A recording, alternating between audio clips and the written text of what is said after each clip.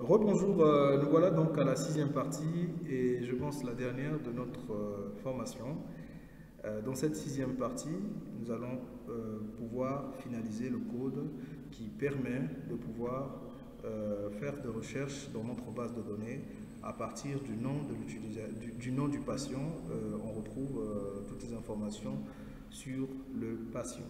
Alors pour cela, comme on le disait dans la leçon précédente, nous sommes dans l'événement à chaque modification de saisie de texte. Alors à chaque modification de saisie de texte, on saisit l'instruction table désactive, filtre. Alors on met ici le nom de la table qui paraît dans notre fenêtre de tout à l'heure. Notre fenêtre de tout à l'heure était cette fenêtre-là. Le nom de cette table, pour l'avoir, vous faites un double clic dessus et vous voyez ici apparaît le nom de cette table. Elle s'appelle table express patient. On copie donc le nom de cette table qu'on va intégrer dans notre code. On était dans le code ici. Voilà, ici on désactive d'abord le filtre de cette table express patient. Windev nous le propose par défaut. On ferme la collate. Ensuite, nous allons réactiver le filtre avec la commande wlangage table active, j'ai mal écrit, table active filtre. Alors, table active filtre, on prend table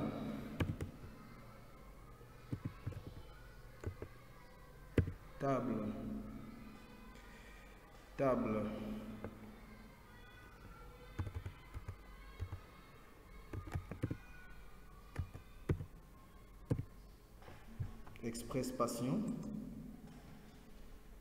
point, colonne, nom, pour dire qu'il va faire la recherche sur la colonne nom. On met un filtre commencé par, virgule, le nom de la variable qui contient la valeur que l'utilisateur est en train de saisir. On a mis sayText. sayText en fait ici représente... Ah non, c'était pas cette fenêtre. sayText, on est en train de faire la recherche. C'est sur... voilà, c'est sur cette fenêtre-là. J'ai dû me tromper ou quoi? Attendez.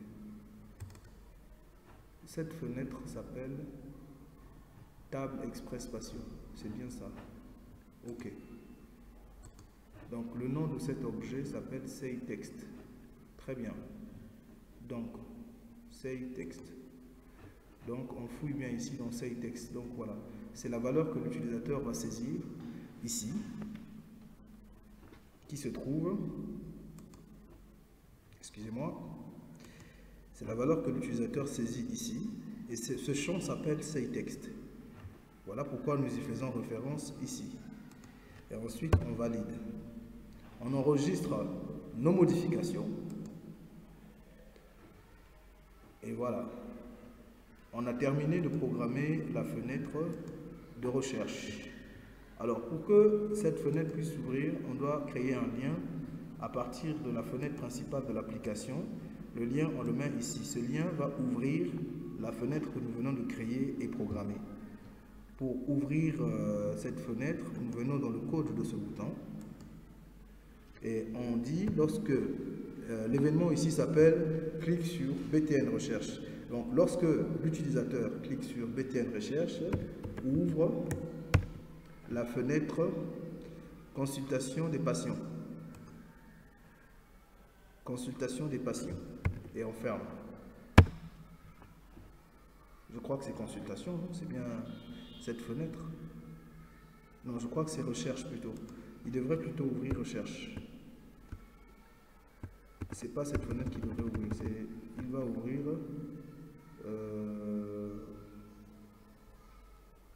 recherche passion. Voilà. Recherche passion. On revient. La fenêtre recherche passion est là. Très bien. Il y a une logique, il y a une cohérence.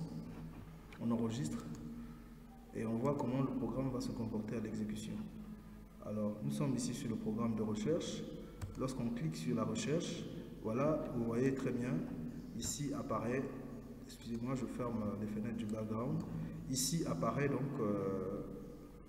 les recherches. On veut connaître, par exemple, on veut retrouver des informations sur le patient Amos. Dès qu'on tape Amos, automatiquement, il se positionne sur la fiche Amos. Lorsqu'on veut connaître, par exemple, des informations sur le patient Tolbé, je tape simplement Tolbé. Les premières lettres, il m'affiche toutes les informations sur ce patient.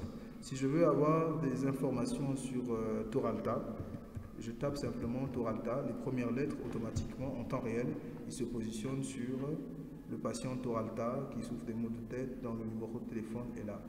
Ainsi de suite. Donc, si nous avons dans notre base de données plus de 5000 enregistrements, il suffit juste de taper le nom du patient et automatiquement, en temps réel, le système se positionne sur le nom de notre patient.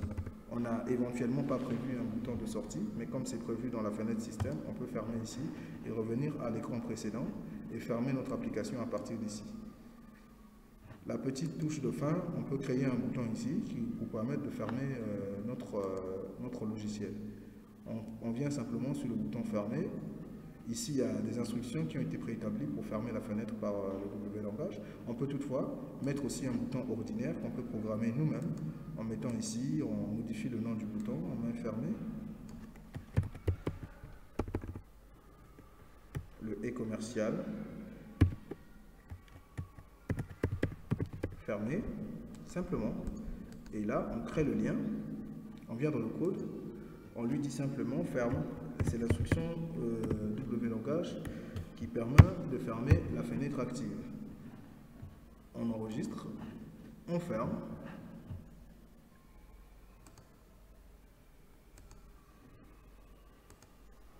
Voilà. On peut toujours essayer de repartir dans notre fenêtre consultation, mettre aussi un bouton fermé ici. Consultation des patients, ça c'est la consultation globale. Je parlais plutôt de recherche. Recherche, on peut prévoir un bouton fermé ici pour faciliter l'utilisateur en termes d'ergonomie. On vient, on crée le bouton fermé, on le met ici. Donc quand l'utilisateur finit de retrouver l'information dont il a besoin, il peut toutefois cliquer sur le bouton fermé et fermer cette fenêtre. Voilà. La fenêtre principale est là, de notre application. On peut éventuellement faire le logo, travailler le design, mais ça pourra faire partie des prochaines leçons que je pourrais éventuellement faire pour vous. Il pourra être disponible directement à partir de notre site internet. Vous pourrez télécharger aussi ces mêmes leçons à partir de notre chaîne YouTube. Vous allez sur YouTube, vous tapez Emar Samba et vous aurez toute une panoplie de formations qui sont disponibles gratuitement, que nous mettons en ligne à la disposition des utilisateurs, à la disposition des gens qui veulent apprendre, qui veulent progresser dans leur projet professionnel ou académique. Nous sommes donc à votre disposition. Ça a été un plaisir de pouvoir vous présenter cette formation. Et je vous souhaite beaucoup de courage et beaucoup de réussite, une très bonne santé. Que Dieu vous bénisse et vous garde. Merci.